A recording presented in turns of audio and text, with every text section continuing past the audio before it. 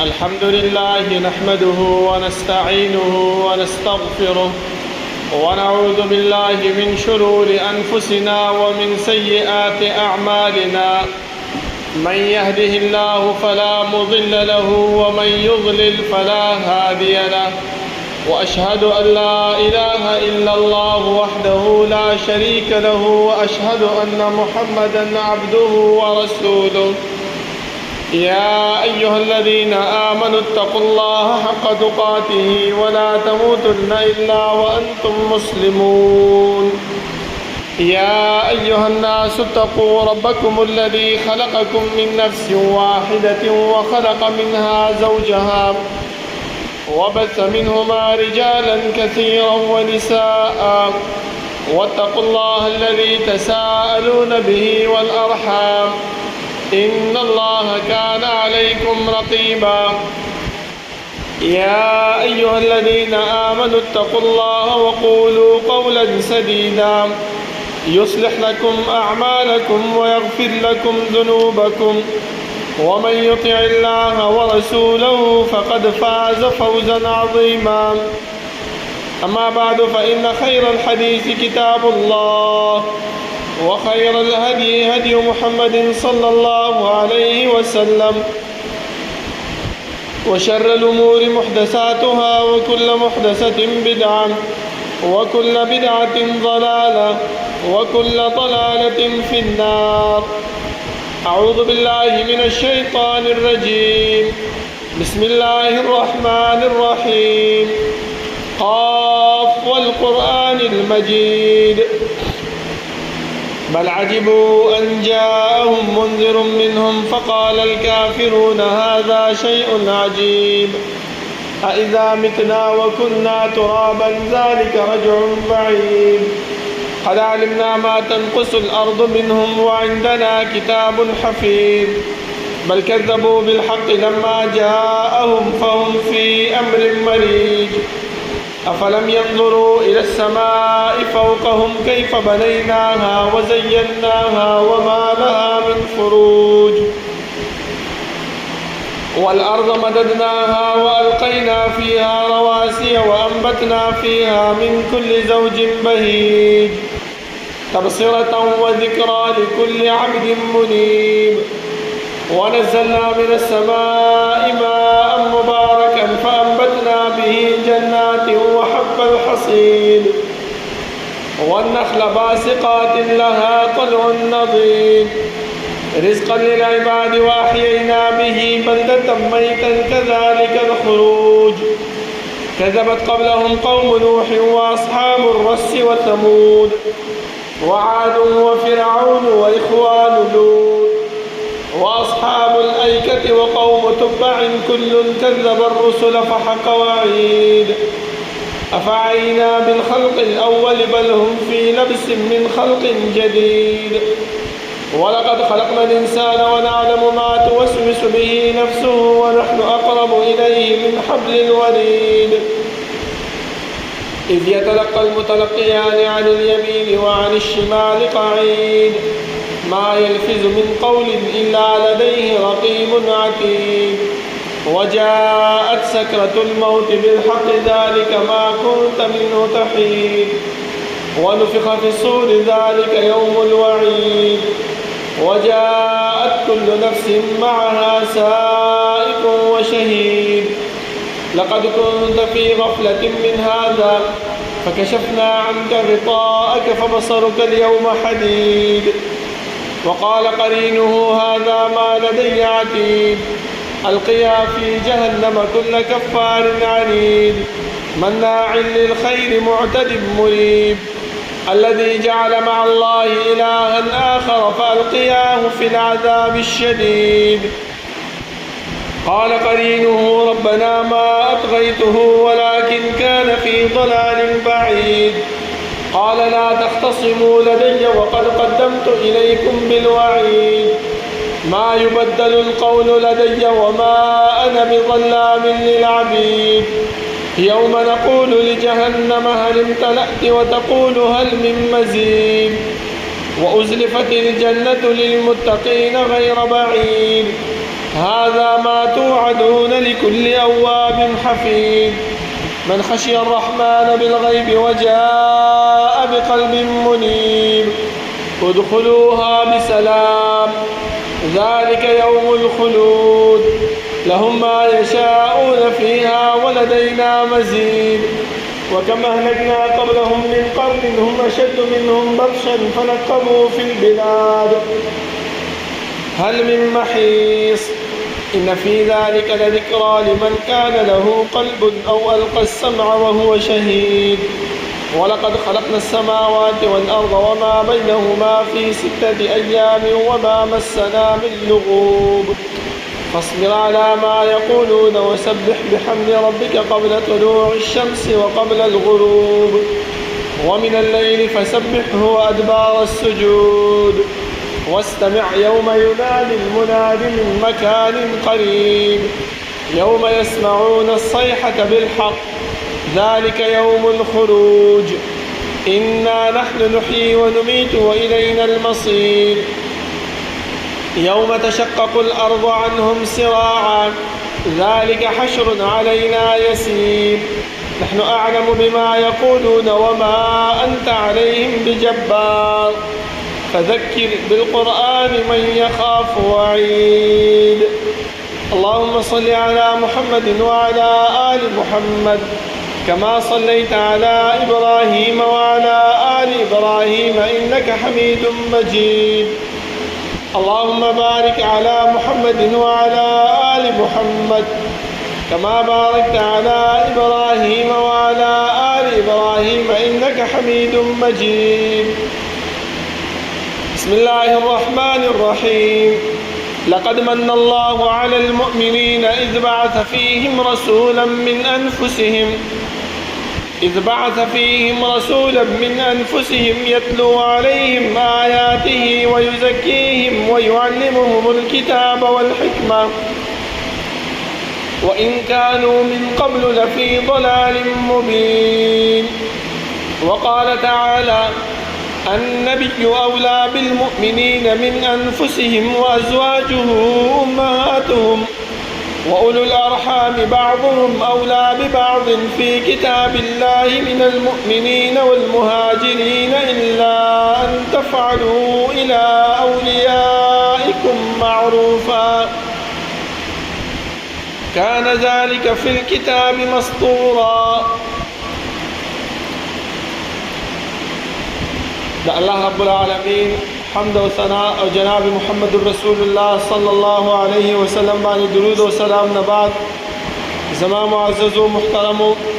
الله رب العالمین چې موږ د دنیا کې پیدا کړیو زموږ د پیدایش مقصد هغه مهمل او بیکاره او عبث نو بلکې رب العالمین چې کوم مقصد د پاره د دنیا ته را لېږلیو د هغې د بیان دپاره الله رب العالمین د آدم علیه السلام نه نیولې تر جناب محمد رسول الله صلی الله علیه وسلم پورې انبیاء کرام راولېږل او دې انبیاءو ته دا ډیوټي دا ذمواري حواله کړله چې زما بندګان د دې خبرې نه خبر کوي چې څوک زما په لار باندې ځي څوک چې زما د پیغمبر او زما د قائد او د استازي خبره مني او د هغه په لار باندې روانېږي نو د هغې دپاره نعمتونه دي جنت دی او څوک چې د دې نه انحراف کوي د دې نه مخ اړوي نو د هغې دپاره اور او جهنم دی زما محترمو د دې بیان دپاره الله رب العالمین رسول الله صلی الله علیه وسلم دې امت ته راولېږلو چې دغه خبره دې امت ته واضح کړي او دغه خبره دې امت ته ظاهره کړي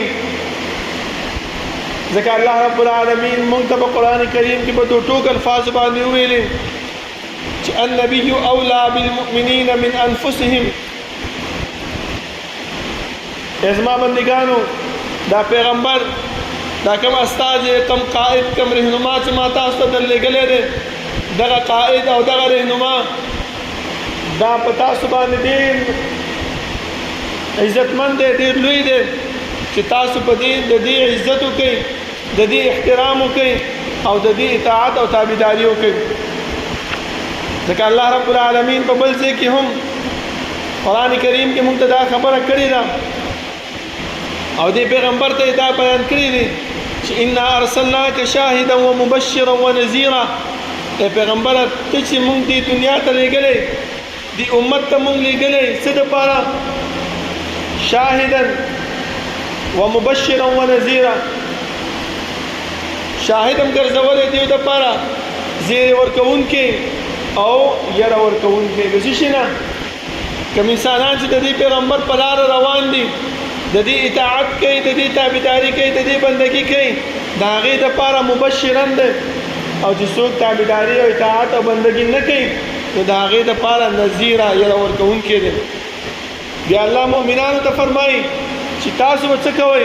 ای زما بندګانو تاسو به څه کوئ څه عمل به تاسو کوئ دا خو د پیغمبر ډیوټي شوه دا د پیغمبر ذمواري شوه چې چاته یې لېږلی د هغو څه کار دی هغو به څه کوي لتؤمنوا بالله ورسوله چې په الله هم ایمان راوړئ او دې پیغمبر باندې هم ایمان راوړئ دا زمونږ ډیوټي ده زما محترم دا زمونږ ذمواري ده بل وتعذروه او د دې پیغمبر عزت به کوئ وتوقروه او د دې توقیر به بیانوئ د دې اوچتوالی به کوئ وتسبحوه بکرة واصیلا او د دې الله رب العالمین تسبیح به بیانوئ سبعی او بیګایي دغه زمونږ ډیوټي ده زما محترمو لکه الله رب العالمین په بل ځای کې مو فرمایل چې دا پیغمبر چې ما تاسو ته درلېږلی دی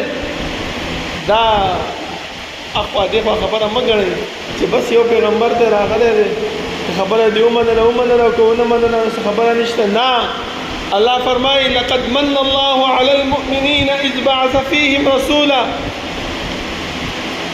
دا اسی اخوا دېخوا خبره مه ګڼئ بلکې الله رب العالمین دا په تاسو باندې احسان کړی دی او یو انسان چې په بل انسان باندې احسان وکړي نو د هغې احسان د هغې بدله هغه څه شی هغې احسان او بدله دا یې چې ته به هم د هغې سره نیکي کې که نیکي نه شي کولی خو دومره خو به ورته وایي چې جزاک الله خیره او که دا هم نه شي کولی نو د هغې نیکي او د هغې ښه دا په بعضې مجلسونو کې په بعضې ځایونو کې هغه بیانولی کېږي زما محترمو دا زموږ د دې دنیا ماحول دی چې پلاني را سره ګوره دومره ښه سړی دی پلاني ځای کې پلاني ټایم باندې را سره دا نیکي کړې وه دا ښېګړی را سره کړې وه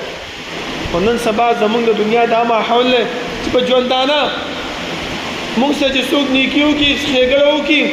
موږ په ژوندانه د هغه نیکي او د هغه ښېګړه هغه موږ نه منو هغه موږ نه بیانو خو لیکن چې کله دا انسان وفات شي دنیا نه رخصت شي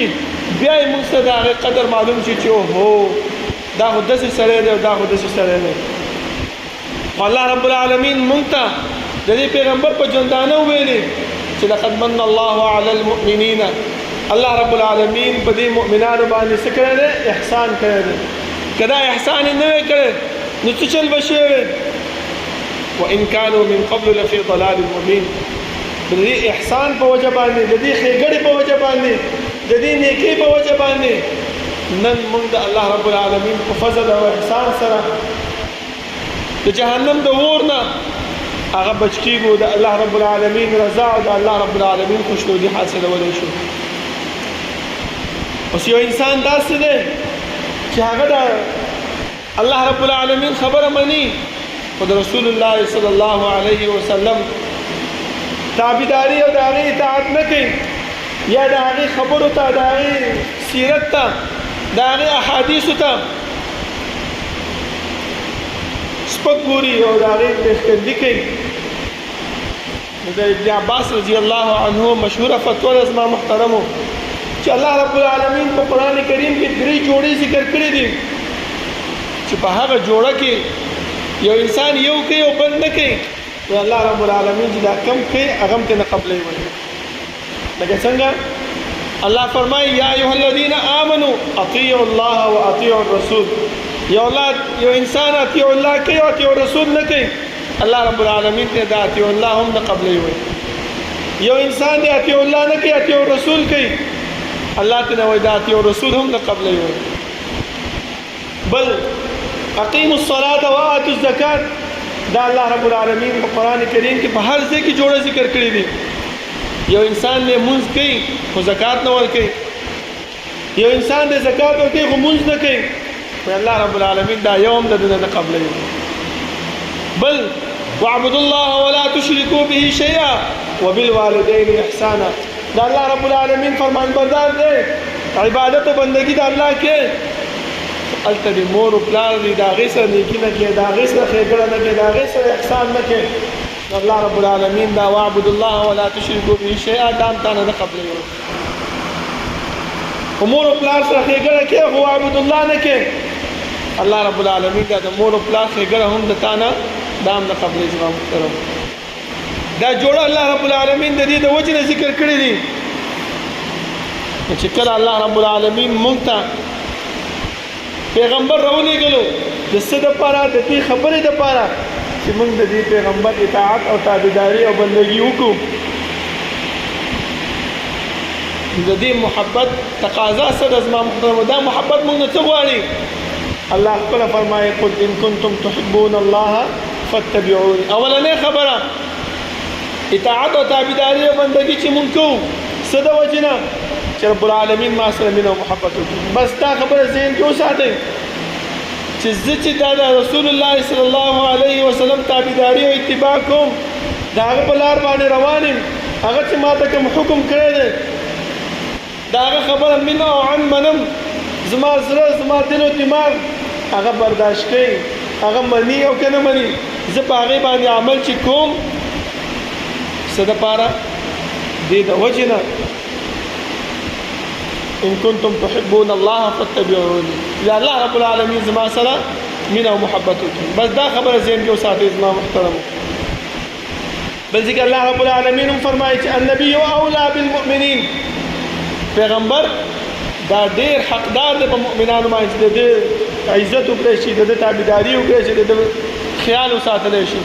ځکه الله بل ځکه فرمایي ما مخکې تاسو ته هغه آیات ذکر کړو چې لتؤمنوا بالله ورسوله وتعزروه وتوقروه وتسبحوه بكرة واصيلا دا ولې دا په دې خبره باندې نه زما محترمو چې بس صرف ربیع الاول میاشت راشي او موږ سره چې دی نو دا خبره پیدا شي چې اوهو دا د رسول الله صلی الله علیه وسلم د پیدایش میاشت ده په دې کې دا جلوسونه وباسو په دې کې دا جلسې وکړو په دې کې چې دی نو سیرت کانفرنس بیان کو دا وکړو هغه وکړو ټیک دا هم یو قسم ته د رسول الله صلی الله علیه وسلم سره د مینې اظهار دی خو هغه طریقې سره چې کوم موږ د پیغمبر بیان کړي لکه دا نن سبا چې موږ کوو دا طریقه په هیڅ ځای کې ثابت نه ده زما محترمو نه د صحابه کرامو نه ثابت ده نه د تابعینو تبع تابعینو نه ثابت ده نه د ائمه او اربعو نه ثابت ده دا موږ هسې ځان ستړی کوو زما محترمو زه به صرف دومره ووایم چې دا کار موږ کوو د څه د وجې نه دا صرف د دې د وجې نه کوو چې شیطان چې کله الله رب العالمین د جهنم نه راویستو او ویې شیطان الله رب العالمین سره یو وعده وکړه چې انذرني الى یوم یبعثون الله ما لږ مهلت راکړه الله ورته وایي چې فانذرني الى یوم یبعثون تر قیامته پورې مې درله مهلت درکړو شیطان ورته وایي چې ټیک ده تا خو زه په جنت نه ویستم ودې رټلم جهنمي دې کړم خو زه به هم یو کار کوم څه به کې لأزینن لهم فی الارض ولأغوینهم اجمعین دا بندګانو ته به زه دا بد عمل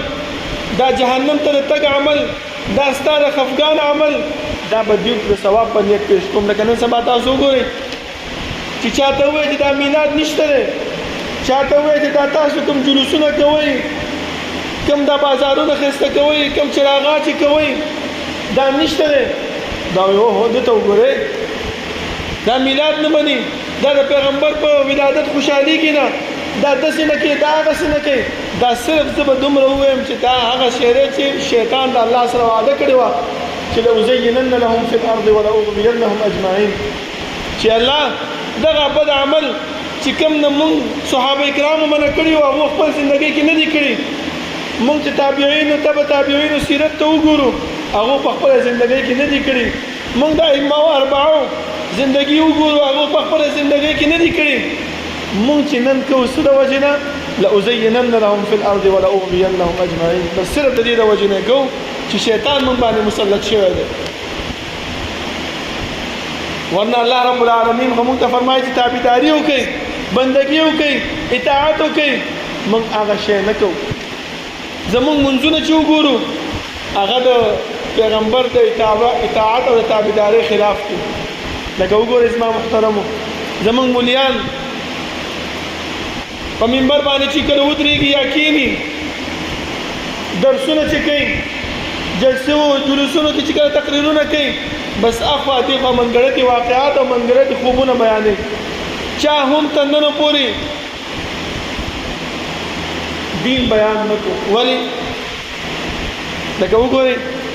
مونځ چې کله وشي یو جمع انسان نه فوت شي انسان دی کله اوده پاتې شي کله چې دی نو کوم کار کې مشغول دی ناوخته راشي کله بل څه عمل ورسره پېښ شي او چې جومات ته راشي جمع شوي وي نو موږ په دې جوماتونو کې څه کوو ځان له ودرېږو یو کس هلته ولاړ یو دلته ولاړ یو هلته ولاړ یو هلته ولاړ حالانکې پیغمبر فرمایي چې کله یو انسان له جمع فوت شي او هغه چې بله جمع کوي نو د جمع اجر او ثواب الله رب العالمین دې انسان ته 20 چنده ورکوي بل روایت کې راغلی چې 50 چنده ورکوي خو لیکن مونږ خبر نه یو مونږ ته زمونږ ملیان دا شی بیانوي نه هغه څه وایي نه کنه وایي که مونږ د دې دویمې جمع خبره وکړو وایي د دې اولې جمع فضیلت ختمېږي وایي بیا خلک نه راځي وایي اولې جمع نه خلک نه راځي څه د وجې نه وایي چې دا اوله جمع نشته دی او د اولې جمع ثواب نشته دی او د دویمې جمع ثواب دی دا الله بنده اولې جمع ثواب شته د هغې اجر هم شته خو یو انسان دی د ضرورت د وجې نه پاتې شو یو انسان دی اوده پاتې شو یو انسان دی میتیازو تنګ کړو د هغې د وجې نه لیټ پاتې شو هغه به څه کوي دویمه جمع به نه کوي تاسو بهر جوماتونو ته ورشئ هېڅ ځای کې دویمه جمع زما محترمو هغه نه کېږي ولې چې دغه مولیان موږ ته دغه خبره بیانوي نه همدغه شانتې زما محترمو موږ چې کله مونځ وکړو مانځه نه وروستو د رسول الله صلی الله علیه وسلم تابعداري او اطاعت هغه څه شی دی هغه دغه خبره ده چې موږ ذکر اذکار وکړو لیکن هغه ذکر او اذکار موږ پرېښی دی بس چې امام څه ووایي لاسونه اوچت کړي څه وویلې بس د هغې د وینا نه وروستو سمدستي موږ سنتو ته ودرېږو حالانکې رسول الله صلی الله علیه وسلم فرمایي معاذ بن جبل رضی الله عنه ته روایت ده چې رسول الله صلی الله علیه وسلم فرمایي چې معاذ زه تا سره مینه کوم هغه ورته وایي چې زه هم تا سره مینه کوم هغه ورته وایي چې ما سره مینه کوې نو یو خبره ته یاد وساته چې د هر مانځه نه وروستو دا دعا مه پرېږده کومه دعا اللهم اعني على ذكرك وشكرك وحسن عبادتك دا دعا خامخا او په هر دعا نه بعد وایا وګور دې دعا ویلو سره مونږ ته د رسول الله صلی الله علیه وسلم مینه او محبت حاصلېږي خو مونږ څه شی دې مولیانو مونږ ته بیان کړی نه دي خو چې کله امام بس دعا وکړي او د دعا نه بعد سمدستي مونږ چې د سنتو ته ودرېږو دا سنت چېرته ځي نه خو لیکن د کوم دعا فضیلت او ثواب چې کوم مونږ ته ملاویږي د هغې ثواب او د هغه فضیلت نه مونږ څه یو محترمو مونږ محرومه یو همدغه شانتې د سبحان الله الحمدلله الله اکبر 33 کرتې چې وایو د هغې اجر او ثواب دومره دی لکه یو سمندر ته زه ګومره چې ګناهونه انسان کړی وي په دې مانځه نه بعد د دې ویلو باندې الله رب العالمین مونږ ته هغه ګناهونه صغیر مونږ ته معاف کوي لیکن دین موږ محرومه یو همدغه شانتې آیات کرسی ویل رسول الله صلی الله علیه وسلم فرمایي د دې انسان او د دې د جنت په منځ کې صرف یو مرګ حایل دی چې کله دا انسان وفات شي ډایرکټ الله رب العالمین جنت ته لېږي هغه آیات کرسی نه موږ محرومه یو ولې دین علماو دین مولیانو موږ ته دا دین بیان کړی نه دی او پیغمبر موږ ته بیان کړی دی زما محترم او موږ امیان خلک یو موږ خپل د خپل د دین نه خبر نه یو ځان خبرو نه ځان د دې خبرې ته نه راولو چې یاره موږ د پیغمبر هم دغه خبره بیان کړې ده که نه بیان کړې موږ ته دا خبره الله بیان کړې ده او که نه بیان کړې د کوم طرف ته موږ دا خبرې وکړو زما محترمو او اراده څه کوو دعوه څه کوو چې موږ د پیغمبر امتیان یو موږ د هغې سره محبت کوو محبت څنګه دی زما محترم؟ محبت خو چې دی نو هغه دغه غواړي لکه رسول الله صلی الله علیه وسلم به ډېر مانځه ته ودرېدو تر دې پورې دا پنډۍ مبارکې به یې وپړسېدلې صحابه کرامو تپوس وکړه چې پیغمبره ولې دا کار کوې؟ الله رب العالمین تا د مخکیني رسول ټول ګناهونه معاف کړي دي. رسول الله صلی الله علیه وسلم وفرمایل چې افلا اکون عبدا شکورا، ایا زه د الله رب العالمین شکر گزار بنده نشم؟ دا زموږ دنیا ماحول هم دی چې یو انسان چا سره مینه او محبت کوي نو کوم شی چې د هغه محبوب خوښوي هغه انسان دا کوي، کوم شی چې د هغه محبوب بدي شي دا انسان هغه نه کوي. ولې؟ چې زما محبوب ما نه خفه کېږي په دې خبره باندې چې موږ د پیغمبر د محبت تقاضا کوو او د هغې خبرې او د هغې په کارونو باندې عمل نه کوو، دا چېرته کېدی شي زما محترمو؟ ځکه زما محترمو عبدالله ابن هشام رضی الله عنه فرمایي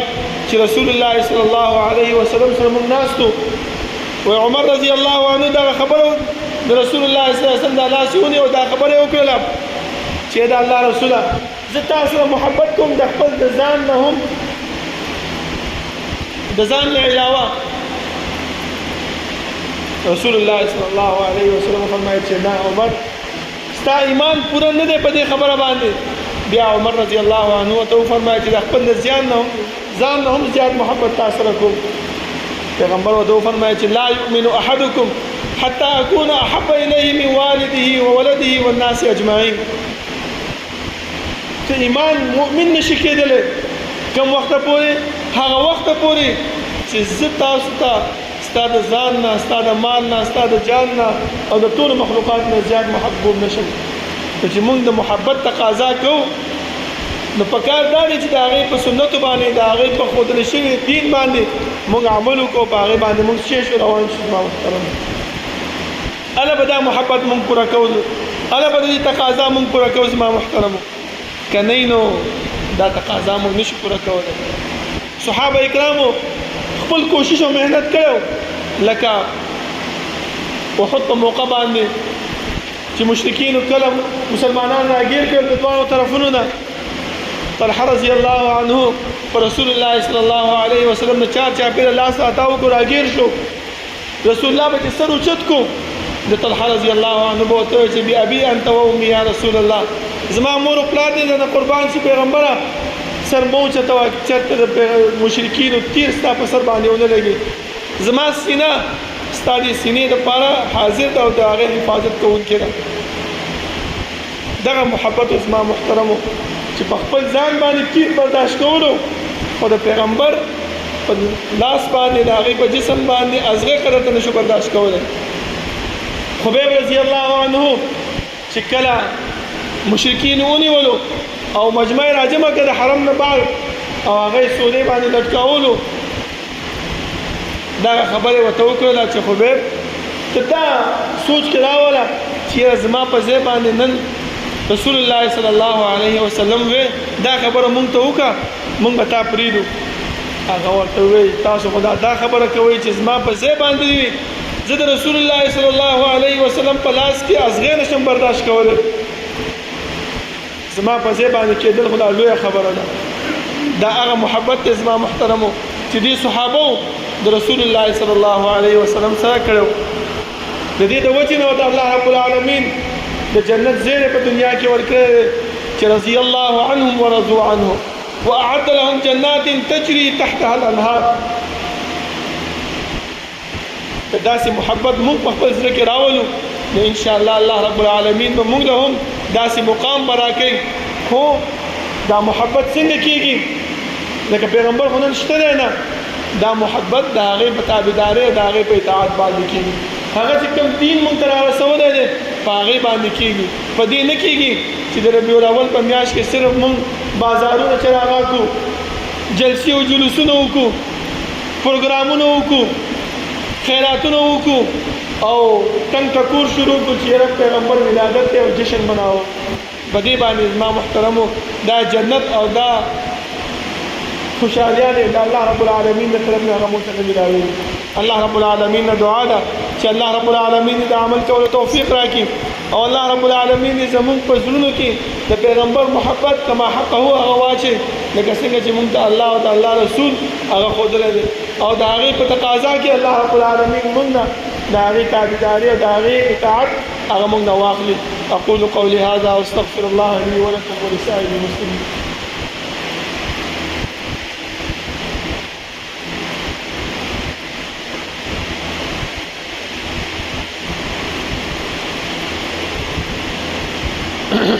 إن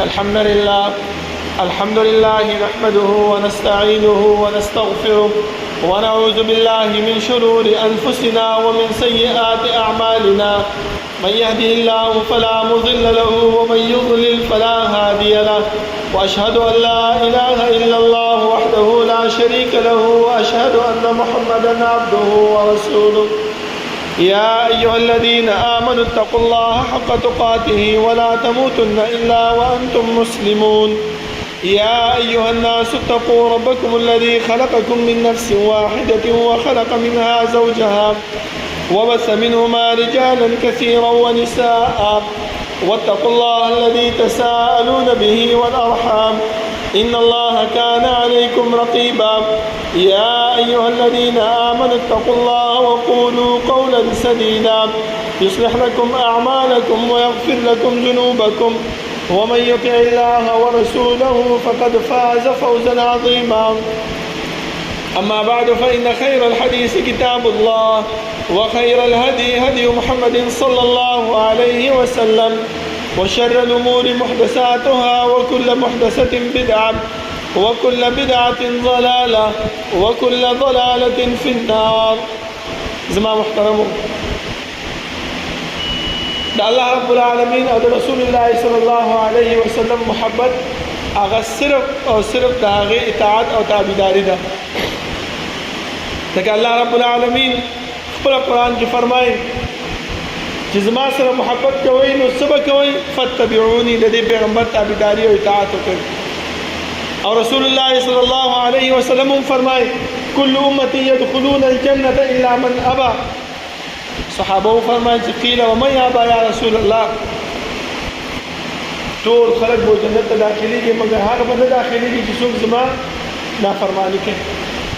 صحابه فرمایي داسې نه څوک شته چې ستا نافرمانی کوي. او من اطاعني دخل الجنة ومن عصاني فقد ابى. څوک چې زما تابعداري کوي نو الله رب العالمین داسې انسان د جنت ورکوي او څوک چې زما تابعداري نه کوي نو هغه داسې دی لکه الله رب العالمین دا انسان جهنم ته ورځوي. صرف په خوله باندې وینا باندې کار نه کېږي زما محترمو. ځکه علما د ایمان لپاره درې مرتبې ښودلي دي. یو تصدیق دی، بل اقرار دی او بل عمل بالجوارح دی. چې تر څو پورې موږ عمل بالجوارح نه کړی زما محترمو، دا محبت تقاضا او دا جنت او دا الله رب العالمین خوشنودي هغه موږ ته نه حاصلېږي. که هر څومره انسان دا خبره وکړي چې یاره زما زړه صفا دی، یاره الله رب العالمین زما د زړه نه خبر دی چې زما په زړه کې څه شی دي، ټیک ده ستا زړه به هم صفا وي، ستا د زړه نه به الله خبره وي، خو الله چې کوم شی موږ نه غواړي هغه څه شی دی؟ عمل بالجوارح دی. هغه موږ نه عمل غواړي، هغه موږ نه اطاعت او تابعداري غواړي. که چېرته موږ دا شی نه کوو نو محبت دا نه حاصلېږي، جنت هغه نه حاصلېږي. د قبر د عذاب او د قبر د سختۍ نه موږ نشو بچ کېدلی. زما محترمو پکار دا دی چې موږ د دې جشن نه د اطاعت او د تابعداري ته ډېر زور ورکړو. دې الله رب العالمین بندګۍ ته ډېر زور ورکړو. دې خبرې طرف ته توجه وکړو چې یاره کوم خبره کې ماته الله او د الله حکم کړی دی او کومې خبرې نه زه الله او د الله رسول منع کړی نو هله به موږ د هغې خوشنودي به هم حاصل کړو، د هغې محبت چې کومه تقاضا موږ نه غواړي هغه به موږ حاصلولی شو. الله رب العالمین نه دعا ده چې الله دې د عمل کولو توفیق راکړي او الله رب العالمین دې د پیغمبر محبت هغه زموږ زړونو کې واچوي. کوم اطاعت او تابعداري او بندگی د الله رب العالمین چې موږ هغه غواړي د هغې کما حقه د ادا کولو توفیق الله رب العالمین موږ ته راکړي. ربنا لا تزغ قلوبنا بعد إذ هديتنا وهب لنا من لدنك رحمة إنك أنت الوهاب. ربنا اغفر لنا ولإخواننا الذين سبقونا بالإيمان ولا تجعل في قلوبنا غلا للذين آمنوا ربنا إنك رؤوف رحيم. ربنا لا تؤاخذنا إن نسينا أو أخطأنا ربنا ولا تحمل علينا إصرا كما حملته على الذين من قبلنا ربنا ولا تحملنا ما لا طاقة لنا به واعف عنا واغفر لنا وارحمنا أنت مولانا فانصرنا على القوم الكافرين. صفونا برابر کے نزدی نزدی ادھر